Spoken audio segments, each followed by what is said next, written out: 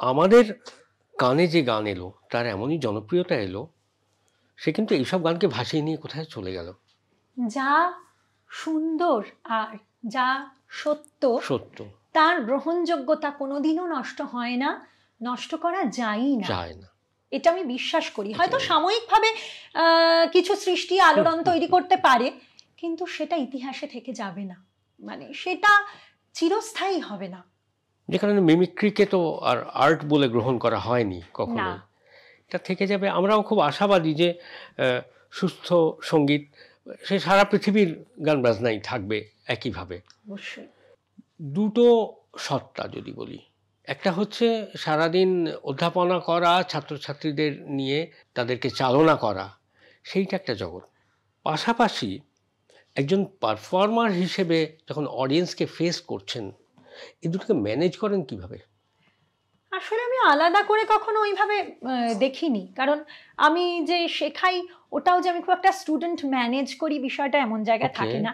আমি সবসময়ই বলি যে আমি যা কিছু শিখছি তোমাদের সঙ্গে ভাগ করে নিচ্ছি, আবার তোমরা যা জানো তোমাদের জানাটা আমি শিখবো, কারণ শিক্ষাটা একটা আদান প্রদান। আমি কিছু শিখিয়ে কিছু করছি এমনটা নয়, অনেক কিছু হয়তো আমি জানি না সেটা ওদের থেকে আমি শিখে নিচ্ছি, আবার আমি যেটুকু জানি সেই শেখাটা আমি একটু ভাগ করে নিচ্ছি, এমন করেই দেখি।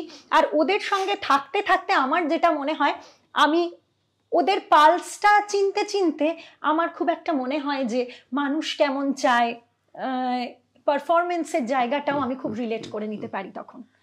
তখন আমার মনে হয় না দুটো আলাদা কিছু, বা বোঝা মনে হয় না। বা এই যে পড়ানো, অনেকে বলেন যে এই চাকরির মধ্যে ঢুকলে, বা অনেক সময় খুব শোনা যায় যে যারা খুব ভালো স্কলার হয়, অনেক পড়াশুনো করে, তাদের পারফরমেন্সটা একটু হলেও একটু কমে যায়, বা খুব অ্যাক্টিভলি পারফর্ম করলে হয়তো এই স্কলাস্টিক কাজগুলো যেগুলো পড়াশুনো লেখা এইসব কমে যায়।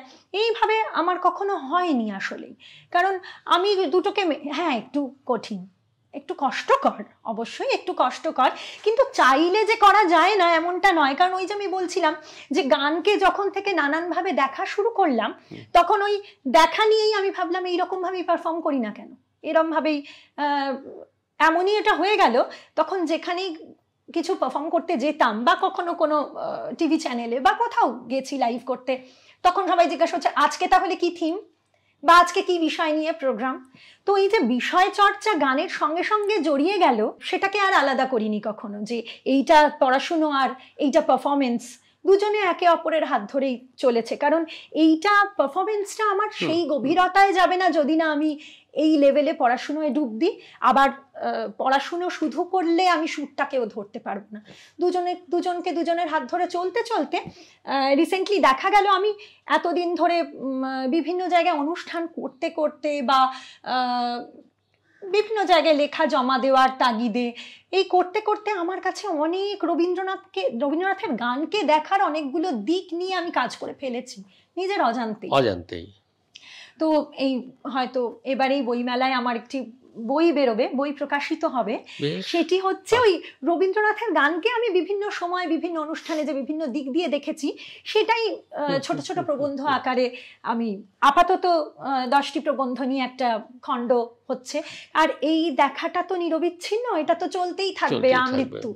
তো এটা নিয়ে হয়তো আরো খণ্ড বের করার আশা আছে।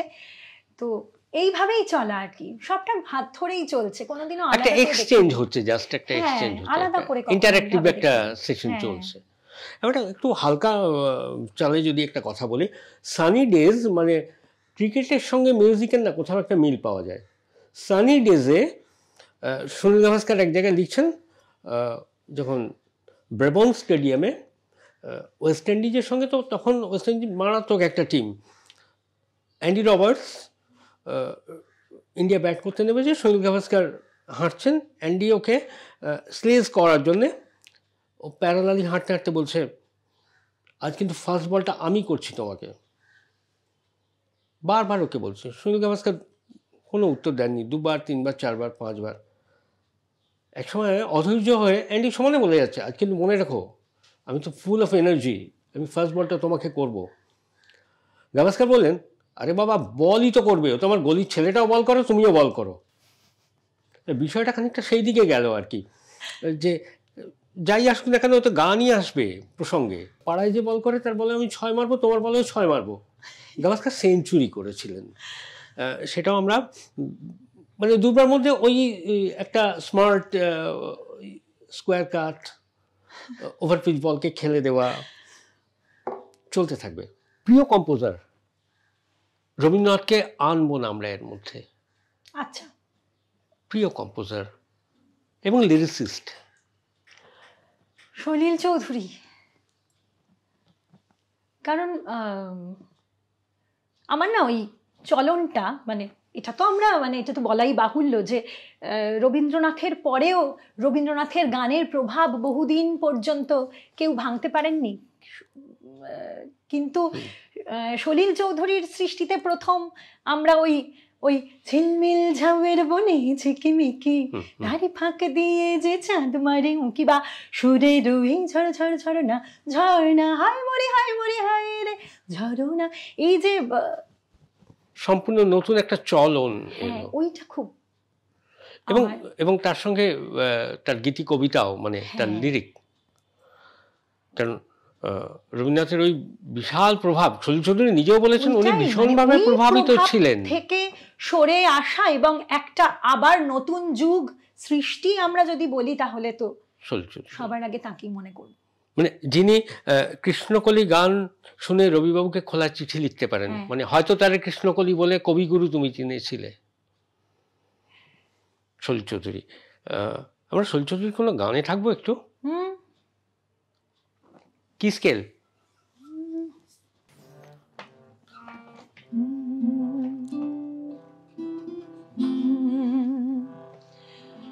প্রজাপতি প্রজাপতি আমার ইচ্ছা হয়ে বনে বনে ঘাসে ঘাসে ওড়ে আর ফিরে, প্রজাপতি প্রজাপতি প্রজাপতি আমার মনের মতো ছোট এক ছেলে তার জাল নিয়ে পিছু ধরে ধরতে ধরতে যায়, প্রজাপতি প্রজাপতি প্রজাপতি।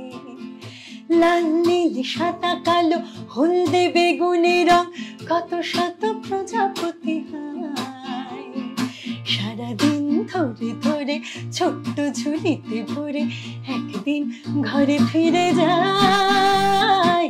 লাল নীল সাদা কালো হলদে বেগুনি রং কত শত প্রজাপতি হয়, সারাদিন ধরে ধরে ছোট্ট ঝুলিতে ভরে একদিন ঘরে ফিরে যায়।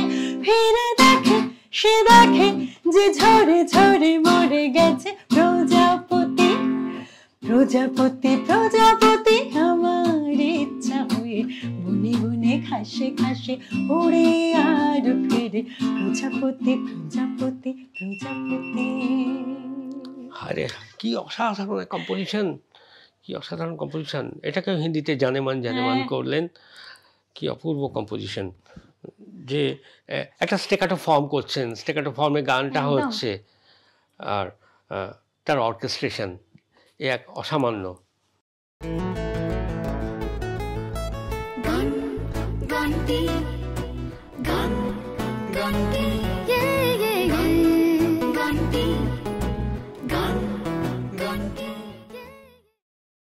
মানে কখনো কখনো সমস্ত লিরিককেও ছাপিয়ে অর্কেস্ট্রেশনকে মানে গ্রহণযোগ্যতা চলে আসছে মানুষের কাছে।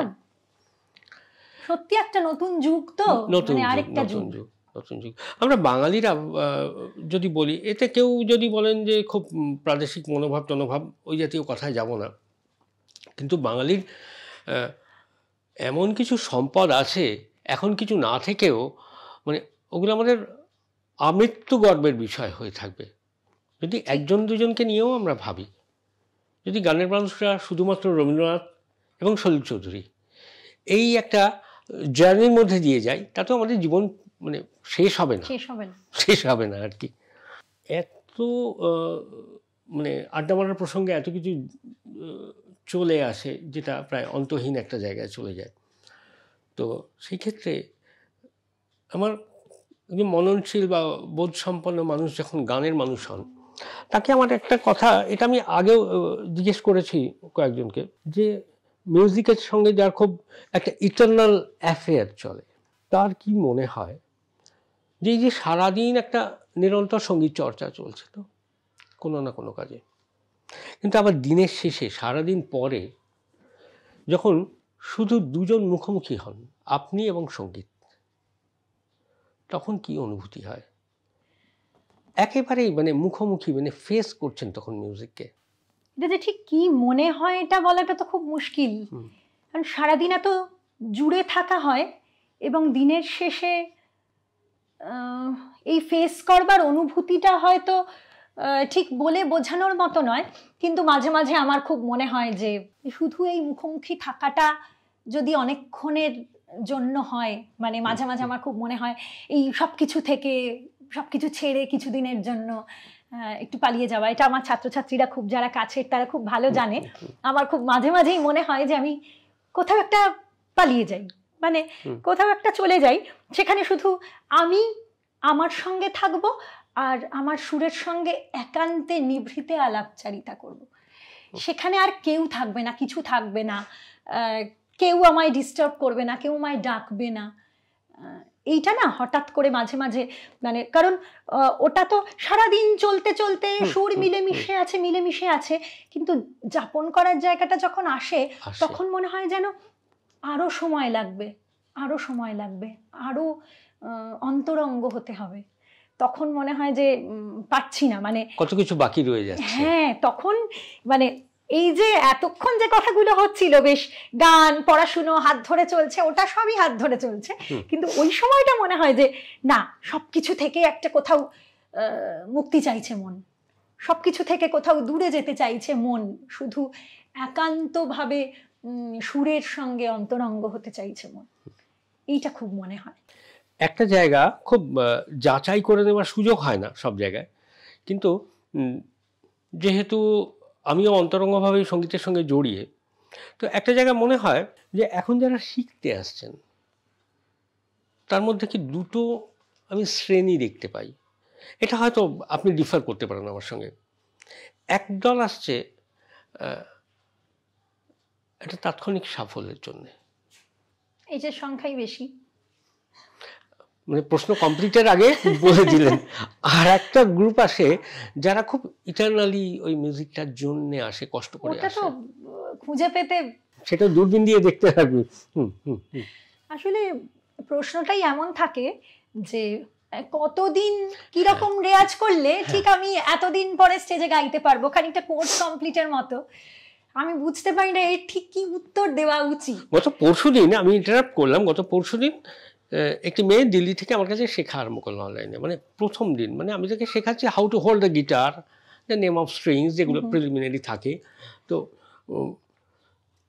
ক্লাসটা হয়ে যাওয়ার পর তার প্রথম প্রশ্ন তার এবং তার অভিভাবকের, কতদিন লাগবে? আমি বললাম তাহলে জ্যোতিষীর কাছে যেতে হবে। ঠিক, কারণ আমাকে তো নিত্য প্র্যাকটিস করতে হচ্ছে, প্রত্যেক দিনই শিখতে হচ্ছে, একটা লার্নিং প্রসেসের মধ্যে আমিই আছি, আমি বলতে পারবো না এটা।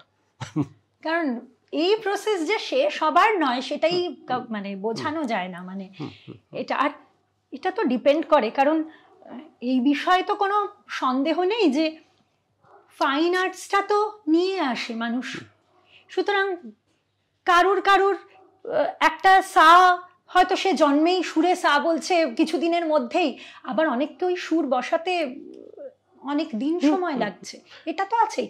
আর তার মধ্যে যদি সুরের সাধনাই না করলাম, স্বরের সাধনাই না করলাম, তারপরে ভাবলাম কবে দুটো গান গেয়ে আমি কোথায় যাব, বা এত চঞ্চলতা, মানে শেখার আগেই মন দিয়ে শিখবো না, আগে কখন একটা রেকর্ড করে নিয়ে বাড়ি গিয়ে শুনে নেবো, মানে সবকিছুতেই এত তাড়াহুড়ো যে এইটা এখন মিউজিক এবং ইনস্ট্যান্ট নুডলস প্রায়, মানে হ্যাঁ সবকিছুই ওই রকম।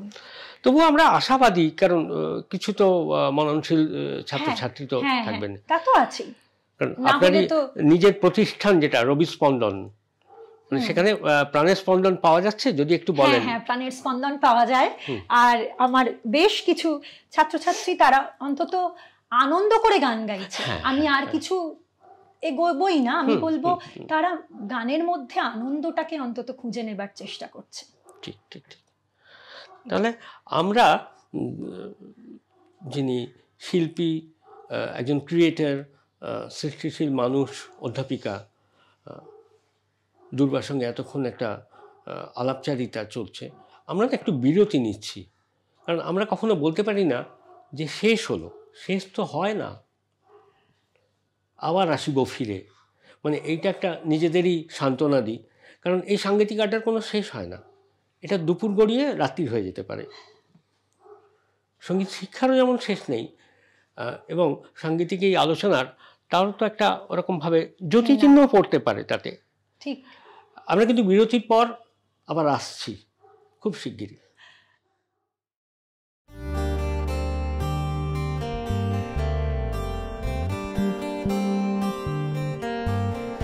এ শুধু গান নয়, গানের গল্প, সে ডানা মেলে উড়ে যায় অল্প অল্প একদিন, প্রতিদিন একদিন প্রতিদিন।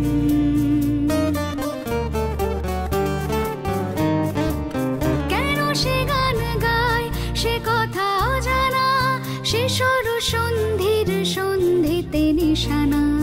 কেন সে গান গায় সে কথা অজানা, সে সরসন্ধির সন্ধিতে নিশানা। সে কাকে ডাকে কে মনে রাখে, আলো ছায়া মাখা হারানো দিন। সে শুধু গান নয়, প্রাণের স্পন্দন, যার কথা মালা হয়ে ওঠে চন্দন সুবাসে প্রতিদিন, একদিন প্রতিদিন।